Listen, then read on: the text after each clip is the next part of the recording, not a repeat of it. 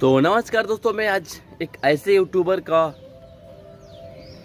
राज खोलने वाला हूं जो आकांक्षा दुबे की मृत्यु से उनका भाग ही चमक गया है। जी हाँ दोस्तों, मैं बात कर रहा हूँ महेश पांडे के बारे में।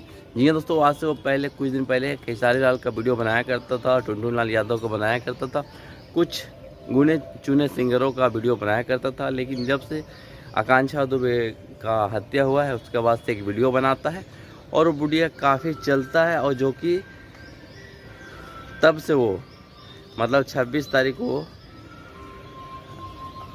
26 मार्च को उसका हत्या हुआ था, तब से वो बनाना स्टार्ट किया और उसका वीडियो अभी रेगुलर चल रहा 4-5 दिन से।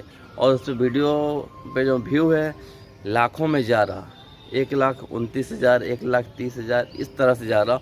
और उसका कमाई का जो जरिया वो काफ़ी खुल गया और काफ़ी तेज़ी से बढ़ने लगा। और तब से वो आकांक्षा दुबे का ही वीडियो बना